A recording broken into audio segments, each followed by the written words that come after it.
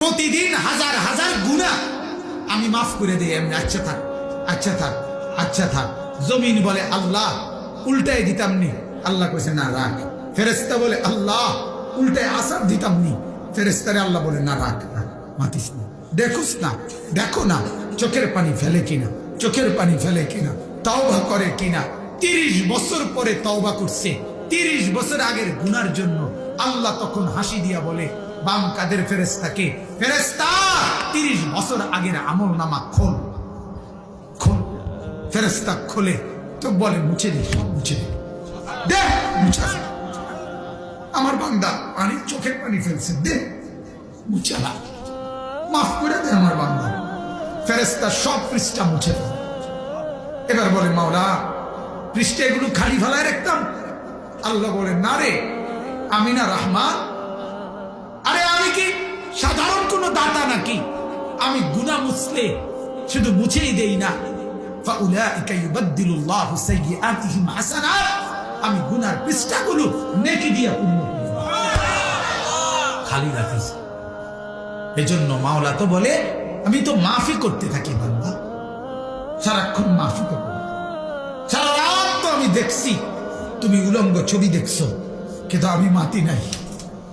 আবার সকাল 8টা বাজে আমার নাফরমানি কইরা সারা রাত পড়ে রইছো, ফজরের নামাজটাও পড়লা না, সারা রাত উলঙ্গ ছবিও দেখলা। এরপরও আমি 8টা বাজে যখন উঠতে চাইছো বান্দা ঘুম থেকে, আমি 1 মিনিট দেরি করি নাই, চোখটা মেলে দিছি। চোখ মেলে দেয় কে? আল্লাহ। ঘুম পাড়ায় দেয় কে? আল্লাহ। তিনি যদি একটু রাগ করতেন যে তুমি উঠতে চাচ্ছ ঠিক আছে, কিন্তু চোখ মিলতেছে না, 1 ঘন্টা, আর কোনো সমস্যা না, কোনো ফিটছেও না, কোনো মারছেও না, শুধু চোখটা খুলতে পারে না।